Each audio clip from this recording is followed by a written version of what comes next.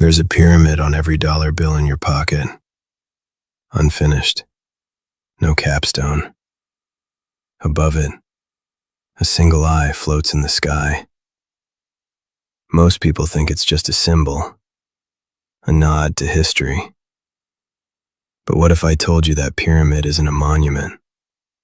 What if it's a machine, left behind by beings who walked this earth long before the pharaohs? And what if the entire civilization that built it wasn't a society, but a prison designed to harvest human energy?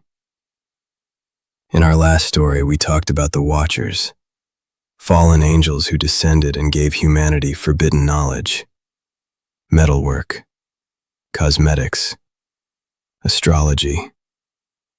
They taught us to read the stars and shape the earth, but they demanded something in return: worship, sacrifice. And when the flood came, they were bound, thrown into darkness beneath the earth. But their knowledge, that remained, passed down through bloodlines, hidden in texts, buried in rituals. And somewhere along the way, that knowledge built Egypt. Mainstream history says tens of thousands of workers spent decades carving and dragging stones to build the pyramids. But there's a problem with that story. The granite used in the Great Pyramid weighs up to 80 tons. It was quarried 500 miles away. And yet, there's no evidence of wheels. No evidence of roads strong enough to move that weight. So how?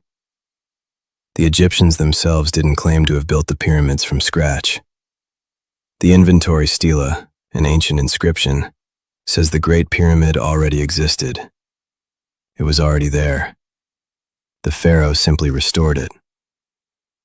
Restored what? According to esoteric tradition, the pyramids were built before the flood, built by beings who understood the fabric of reality, beings who had fallen.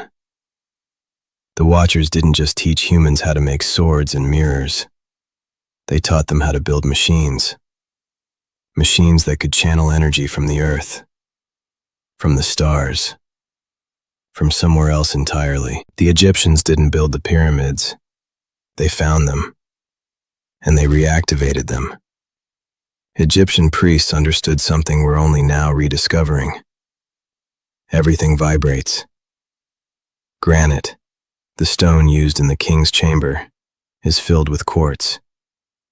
When quartz is placed under pressure or exposed to sound, it generates piezoelectricity, an electrical charge. Now consider this. The king's chamber was designed as a resonance box. Its dimensions create specific frequencies. And we know from texts that priests would stand in the chamber and chant certain vowels, certain tones, for hours. Why? Because sound, at the right frequency, can manipulate matter. It can soften stone. It can even, according to ancient traditions, make stone weightless. This wasn't human knowledge. This was given.